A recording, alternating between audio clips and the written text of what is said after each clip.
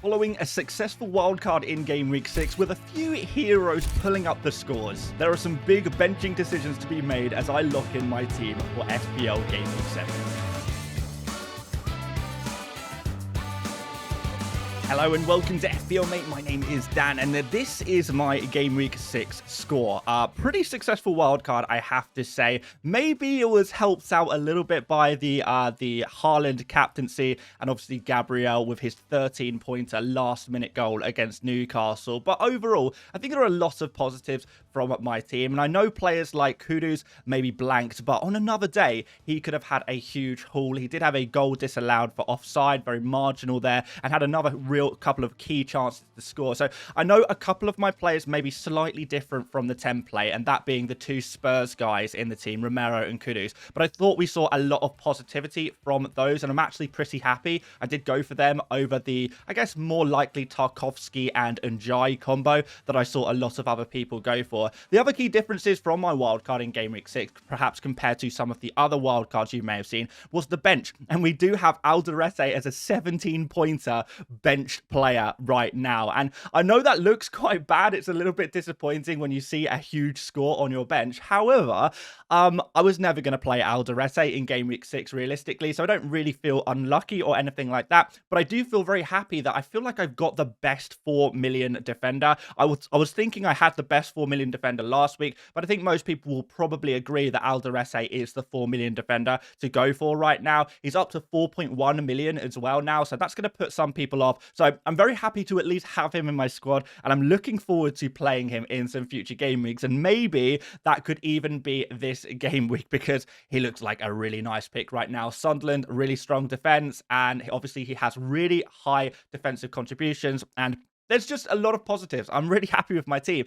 But with the Game Week 6 wildcard, I think for a lot of people, the Game Week 6 wildcard was actually set up really well for Game Week 7 onwards. So you're going to see my team for Game Week 7, and I think you're going to like it. But if you like the video and any of the other content on the channel this season, do make sure you drop a like. It is massively appreciated every time and only takes a second of your day. Subscribing is also completely free, so do click that sub button if you want to follow along with my team every single game week. So a big jump in rank last week up to 1.8 million, and now I think we're going to see more fruits of this wild card. The ranks are very tight at the moment, and just a little bit of a score above the average is going to get you some really nice FPL scores. So if your team is in good shape, you should hopefully get plenty of green arrows, and that's what I'm hoping for from my Game Week 7 team. So let's start you off with Raya in goal, a player I'm very, very happy to own right now. I think the Arsenal defense are just the best defense in the Premier League right now. So much so, I'm happy with my double up with Gabriel. Now, let's have a look at some stats here. Ahead of this game against West Ham, we see Arsenal at the top of the table for non-penalty expected goals against. Just 3.8 non-penalty expected goals against in 6 games. And that's despite playing the 2 toughest games of the season, or at least in the first half of the season, in Liverpool and Man City. So really impressive record there so far. Just 3 goals conceded. No one is going to do better than that over the first 6 game weeks. And now the fixtures are even better for Arsenal. We do indeed expect that to continue with some more clean sheets. I mean, Arsenal have a fabulous run really all the way up until around game week 12-13, where the fixtures do start to look a little bit tougher. But in the short term, the double Arsenal defense looks like an incredible investment. And if you're not on it already, well, what are you waiting for? One more note on Gabriel, because I know some people are worried about his injury. The quote here from Mikel Arteta is that he thinks he is going to be okay. He felt something. I think it was a kick in the first half. He could carry on, but we decided not to take any risks because he played a lot of games. He's coming from a long-term injury and we need to look after him. So yeah, basically what happened is Gabriel had a bit of a collision and maybe was a little bit sore from that, but it doesn't look like any kind of muscular injury or anything like that. More maybe a little bit of bruising. Should be okay to play this weekend. That is the hope. We can wait for press conferences, but I think we're going to be pretty happy, satisfied with Gabriel playing. Then we've got a nice international break after that. So yeah, I think Gabriel is going to be good to go. It's an important game for Arsenal to try and go top of the table before Liverpool and Chelsea play, putting on pressure to Liverpool. These psychological things really do matter. So yeah, Gabriel, I think he's going to be fine. Everything suggests he will be fine, but I don't understand why a couple of people are worried seeing him subbed off a little bit earlier than usual in the midweek Champions League game, but I think he's going to be fine. Romero is going to come in next, and even though Spurs have been a little bit hot and cold defensively. What we know about Romero is that it's a good fixture against Leeds, and I think that's all we need to say. Leeds struggling to score a little bit at times this season. I don't think they are one of the strongest attacks. Even though they have been okay defensively, they've not caused too much threat to too many teams. So Romero, hopefully he can get back to the defensive contributions. I'm not sure if he will or not. I don't think Romero is really a long-term option for me, but I really liked him for Game Week 6 against Wolves. Maybe unfortunate in the way that goal was conceded, but the next 2-3 fixtures I think are very nice for him before I look to move him on to maybe a bit more of a defensive contribution monster. Next up, Senesi. Well, what can we say about him? Well, we can say he's an absolute defensive contribution monster. It's absolutely crazy. This guy is just so essential. He has taken this new system that FPL have introduced for point scoring and made a mockery of it. So looking through this table of highest defensive contributions among defenders, and this comes from the Fantasy Football Hub website, by the way, guys, as well as many other screenshots you see in these videos. If you do want to check it out using the link in the description and get access to the full Opta stats in so many categories of Opta stats, then you can do so. This is the defensive stats, and I've ordered all defenders by the defensive contributions, C-bits, those clearances, blocks, interceptions, and tackles.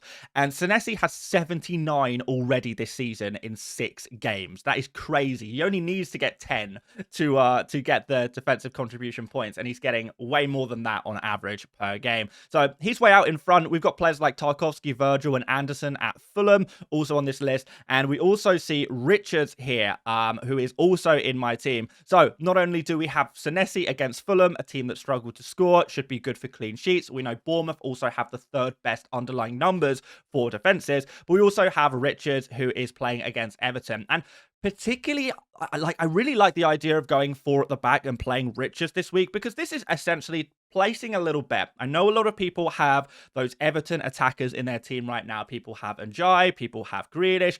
And I'm thinking, okay, I don't have any of those players. How can we double down on that? Can we play Richards, hope for a Crystal Palace clean sheet? Crystal Palace have been one of the best teams in the league so far this season. Richards has been amazing for defensive contributions. Can they keep a clean sheet in this game? Can we get more defensive contribution points? If so, it is a double win. We win against those Everton attackers, and we also win for having played Richards. I think at the very worst, you're looking at a 3 or 4 pointer from Richards. That is the worst case scenario. And honestly, that's not too bad. It could be a lot worse. But I think the chances of getting a clean sheet here are worth noting. And also, we have to also appreciate that Richards does have a little bit of threat from those set pieces as an attacker as well. So we'll see what happens there. But yeah, I'm really feeling the 4 at the back formation. I'll talk a little bit more about why I'm going 4 at the back very shortly, but I'm liking the look of it. But we'll go into midfield. Bruno Fernandes, another disappointment last game week with a -1 point. 1 point away from defensive contribution. Another missed penalty. I feel like it's harsh because the 2 penalties Bruno has missed, it's kind of been in like unique circumstances where he's had to wait and wait and wait before being able to take his penalty. And maybe just the mentality has just not been quite there. If Bruno has to wait 5 minutes between, receiving a penalty and taking the penalty, his head just is maybe no longer in it. So I wonder if Man United need to kind of think about switching the penalty taker depending on how long they have to wait to take the penalty. I don't know. Bruno has been the penalty taker for Manchester United for years and years and years, and typically hasn't really let his team down in that regard. He's the captain, and I can't really see him giving them up anytime soon. Sunderland is the fixture at home, and even though Sunderland have been a great defence this season, what it has to be said is that Sunderland are, I would say, significantly better defensively when they are playing at home, and this week they play away. So there is a difference between Sunderland at home versus Sunderland away. I think Sunderland at home is actually an okay fixture. It's not maybe a great fixture. It's no Burnley, it's no Wolves, but it's still, pretty decent in terms of that middle pack of teams that you could play. So Bruno, can he do something this week? Can he turn it around? Can he, beat the curse that has plagued him so far this season? Well, maybe. I guess we'll have to see. But at home against Sunderland, you're not gonna bench, you're not gonna sell Bruno Fernandes. It seems like a waste of a transfer this week. Semenyo is next up in my lineup. Fulham at home. I don't think it's a great fixture for an attacker, but when has that stopped Semenyo before? He seems to be hot on it every single game week, and even when he doesn't score, he can get some defensive contribution points as well there. So yeah, the confidence in Semenyo has to continue. That's why everyone has him in their team at this point. Kudus is a player I'm excited about. He looks like the best attacker at Spurs right now, and certainly in the first half of the game against Wolves in game week 6, where he was playing on the right, everything in attack was going through him. When he moved over to the left, things started to take a little bit of a turn for Kudus. So as long as Kudus remains playing on the right wing for Spurs, and hopefully after what we saw against Wolves, he will, then I think he has got plenty of FPL points to come in these coming game weeks. And actually, I think these fixtures are pretty decent for him. You know, I think Everton are, not looking amazing defensively. Neither are Chelsea. And those are the fixtures I was kind of worried about with him a little bit. But that worry is quickly disappearing. And I'm okay with Kudus in my team. Very okay. The blank doesn't scare me because the performance fills me with confidence. And our final midfielder is going to be Reinders, and he's probably the least secure player in my starting 11. I'm not 100% sure if I should be playing him or not. I do worry a little bit that the only reason I included him in my wildcard team was because I had FOMO. I was scared that everyone else seems to have Reinders and I didn't, and I was frightened by that. But really, Reinders, his underlying numbers are not great. And when I watch him play, he's a lot deeper than I'd like him to be a lot of the time. And I think a rotation risk will come eventually for him. Maybe not immediately, but eventually. So maybe I made a mistake here. Maybe I should have, he's not really the kind of player I would pick typically in FPL, but I know, maybe I bottled this one, guys. Yeah.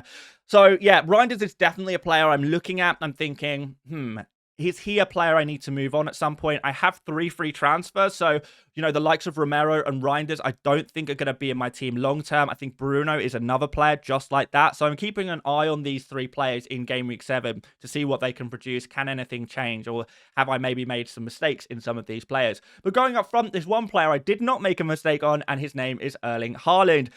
Brentford away is a good fixture.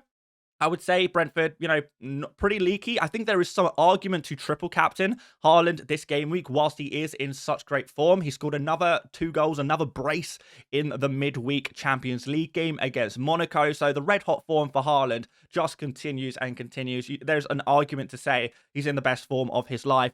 But maybe I'm looking forward to Everton at home, Aston Villa away. Are they better opportunities than Brentford away? Not exactly sure yet. I want to wait for more information. Ultimately, I think I will wait for game week 13, where Haaland plays Leeds at home, and wait for the triple captain that game week. But I still think there is definitely, some consideration for Haaland triple captain this week that has to be made. If you're going for triple captain this game week, let me know. I want to see if anyone else is doing it, really. I honestly, I think it's a brave, but definitely a viable move this week. And we've got Gyökeres here as well. Not really providing value for money, but against West Ham at home, you got to play him, surely. I don't know if West Ham will have too much of a new manager bounce, but I'm certainly more confident in my Arsenal defenders than I am with my Arsenal attackers. But Gyökeres assist in the midweek. Obviously, he's already scored 3 goals this season. 1 was a penalty. So I do wonder, can he, improve that a little bit? 3 goals in 6 games, it's okay, but we want more. We want more. But with the fixtures looking a little bit better for Gyökeres, maybe we can see some more goals from him. And I certainly think he is improving, and Arsenal are more adapting to him as weeks go by. Let's take a look at my bench, guys. We've got Dubravka away against Aston Villa. Some people would probably consider a bench boost this week, but I'll have to admit that my Game Week 8 bench boost looks so much better. I mean, you can look down the line here on my bench and the fixtures that my bench players have, then compare it to the following column, and the following column is amazing. My wildcard team in Game Week 6 was set up for a bench boost Game Week 8. So yeah, I'm not doing it this week. And if your bench, your team looks similar to mine, if your 4 weakest players have better fixtures next game week than they do this week, then maybe it makes more sense to wait 1 more week. We have Joao Pedro on the bench. Now, this is probably the most controversial thing in my team. I'm not 100% on this one. I think I'm still between Joao Pedro, Reinders, and Richards. I think I will play 2 out of 3 of those players. Right now, I'm benching Joao Pedro. He is not really taking any shots, which is really concerning for me. He's not looking like a very dangerous man. Liverpool are showing some defensive fragilities more recently. I really thought Liverpool would improve defensively so far this season, but they really haven't as much as I thought they would. But again, it's Liverpool, and Liverpool are just in better form than Chelsea right now. Chelsea are actually pretty poor at the moment. So, yeah, there's some concerns about Joao Pedro. He is carrying a little bit of an injury at the moment, supposedly, as well. He has played a lot of minutes.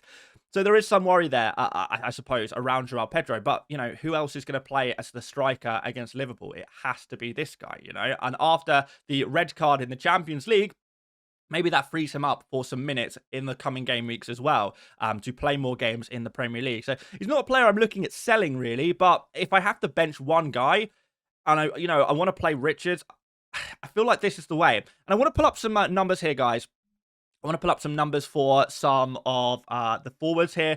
So I've ordered, basically, I'm on Fantasy Football Hub, and I've ordered all of the forwards by expected points. And we see Haaland with an incredibly high number here. And really, expected points, this is a metric that kind of takes into consideration everything. So expected goals, expected assists, how many minutes a player is playing, how good is their bonus points potential, all of that stuff, and it pulls it into one number to try and kind of give a rough idea of how well a player is playing, at least on the underlying numbers. Haaland is way out in front. After that, we've got players like Mateta, who has been underperforming this season. One of his goals was a penalty, so maybe you throw that in consideration. Wood, maybe out of form as well. But then after that, you've got Gyökeres and Joao Pedro, who are my two strikers alongside Haaland. So it doesn't look like these players are doing amazingly. And some people will look at like Bowen, who is way down this list, just 0.87 XG with 3 goals. It's just not sustainable. And people will look through this list and think, like if Gyökeres, Joao Pedro, Mateta, Wood, if this is the best the forward position has to offer right now, then why are we playing 3 forwards every game week? Why are we doing it? Should we be moving to 5 in midfield? Should we be moving to 4 at the back? And for this game week, my solution really has been, okay, well, let's just play 4 at the back. If the forwards aren't doing the business, then, why are we playing them? The defenders have been so reliable this season. Most of the top scoring players in FPL so far have been defenders. The DEFCON points are making things go crazy. And if you've got DEFCON defenders, there's strong arguments to play them ahead of some of your forwards, excluding Haaland, of course, by the way, guys. Now, this can change at any moment, but in this current moment, it seems like defenders are the play. So for that reason, I am going to go for Richards ahead of Joao Pedro. I'm not super confident about that one. And, I would also be happy to go for Joao Pedro instead of Reinders. I don't think there is a real right answer here, but certainly I am looking to play a 4 at the back formation more frequently in FPL. Looking at the rest of my bench, Alderete away against Manchester United. I think for all Manchester United's flaws, they do create a huge amount of chances, which does worry me a little bit. And because this is an away fixture, I'm less inclined to play Alderete. However, I am very excited to play him in Game Week 8, on the bench boost week. And also, I'm looking at Game Week 10 at home against Everton as another opportunity to play Alderete. So I think there's still some good things to come for him. But this is not going to be the week. And Stack against Spurs, not going to be the week I play him. Don't really want to face him up against Romero this week, but there are some good fixtures coming up as well for him. And of course, we do have the bench boost to consider against Burnley in Game Week 8 as well. If you can't tell, guys, I'm so excited for my bench boost. I feel like so many people have had fun with bench boosts and triple captains and got all of these amazing points. And yeah, I still haven't used these chips, and I want those points too. I'm jealous of you guys who have picked up all the triple captain and bench boost points. I think, as soon as those chips come into play, my rank is going to soar, or at least that's what I hope. I guess we'll have to wait and see for that one. Wait one more week and we can finally use one of our chips, and I'm very, very excited about that one. But anyway, guys, looking at captaincy, it is going to be Erling Haaland captain this week. I don't really think it's a week to mess about on this one. It just seems so obvious right now, considering Haaland is doing so well. We're going to put the vice captain on Gyökeres here as well. Not really sure who else I'd put it on, to be honest, this game week. I mean, Bruno is not filling me with confidence. Maybe you could look at Kudus as well. Is there an argument to, vice captain Gabriel. I want a secure player for minutes at least for my vice captain, and I think Gyökeres. There's no other fit forwards right now at Arsenal. Still no Havertz, still no Jesus, so it is going to be Gyökeres playing against West Ham. I think he will get the nod there. So yeah, this is what my team is looking like right now. A little bit of planning to do for the future though. So let's have a look at Fantasy Football Hub and their My Team tool. Of course, guys, if you want to check this tool out and get access to this amazing tool with the predicted points, as well as all of the Opta stats tools that we also showcased in this video, as well as loads of other stuff, you can get your 50% discount using the link in the description.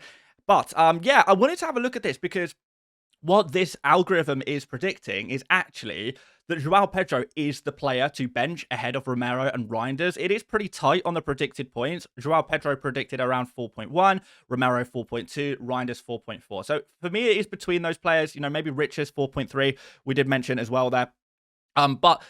This I discovered this after I kind of already made the decision to bench João Pedro. Then I thought, okay, I think I'm going to bench João Pedro. Let's go check out Fantasy Football Hub. What do they think with the predicted points? And they kind of agree with me, or the algorithm agrees with me, which, you know, if nothing else, suggests that the decision is data backed. And I think that's why these tools are useful, to find out what does the data suggest you should do. And the data isn't always right, but it is a good indication of, you know, getting some rough ideas. And if your actual decision making, your personal decision making is backed up by the data, that is a nice vote of confidence there. So, yes, it is suggesting to bench João Pedro this week. Game week 8, it looks like the best week for me to use my bench boost, judging by the predicted points there. We've got some pretty high numbers. We've got some high 3s, low 4s on the bench there in Dubravka, Romero, Senesi, and Stag. I think there is a chance I make transfers in Game week 8 to optimize the bench boost even more if I'm not happy with it. I will have 4 free transfers by Game week 8, so I'm going to have to start using them eventually. Game week 9 is the very latest I need to be making a transfer, because if you don't use your transfer at the point you've got 5 free transfers, you will just lose. You will not gain any more. So you may as well make some switcheroony. So that is why I'm kind of thinking, okay, there's not really too much I want to do in game week 9. Can I do something in game week 8? I'm kind of, in a way, hoping that Palmer is going to be available for game week 8, because if he is available, then that does really impact things for me, because he's a player I would really like to have for his fixtures from game week 8 onwards. And I could do a simple switch pretty much of, it would be, well, I mean, ideally, Palmer gets a price drop. And if that's the case, I can do Palmer straight in for Bruno, because I do have a little bit of money in the bank. But if not, I'm going to have to make a downgrade somewhere. Do not ask me where I'm going to make that downgrade. I have not figured that one out yet. I'm going to take this one step by step, and maybe that's something to think about over the international break. But yeah, Palmer would be a really nice player to have from game week 8. He plays Forest. We've got Sunderland, Spurs, Wolves, Burnley, before Arsenal, and I think at that point I'd be looking to switch to some Liverpool players, to be honest. So that would involve either switching Palmer to Salah or downgrading him and upgrading one of my forwards, probably Gyökeres, up to an Alexander Isak, for example, something like that. And maybe putting more money in defense as well. I think that's going to happen at some point. So that is one idea of a transfer in game week 8. Other ideas is maybe if I'm not happy with Stack, to think about removing him, maybe upgrading him to a different midfielder potentially there. Not exactly sure at this point. I mean, I kind of got my eye on Saar as a midfielder I quite like to have in the near future. So maybe Stack to Saar could be a move I could consider. Again, it would take 2 transfers for that to happen. Anthony is another player I really like at the moment. If I fancy Anthony, he's going to play at home against Leeds in game week 8. Maybe I should have gone for Anthony in game week 6, to be honest. He was on my watch list, but I didn't have the bottle to go for him. So maybe Anthony is another pick potentially there to bring in for Stack, maybe even to bring in for Reinders. So yeah, I'm looking ahead a little bit here, and I've been kind of toying with things. But yeah, the international break, I'm going to have a lot of fun messing around with some ideas. But right now, the important thing is that my team looks great long term. Like, to be totally honest, my team looks great long term. But my team looks great for 7. I'm happy with it for 7. I'm spoilt for choice so much that I don't even know who to bench. It's a good problem to have, I suppose. Let's put it that way. So there we go, guys. That is my team for game week 7. If you enjoyed this video, drop a like, do subscribe, and check out another video for game week 7 if you'd like a few more tips, bits of advice from me, and maybe some other FPL experts as well. Thank you so much for watching once again, and I will see you later, mates. Bye-bye.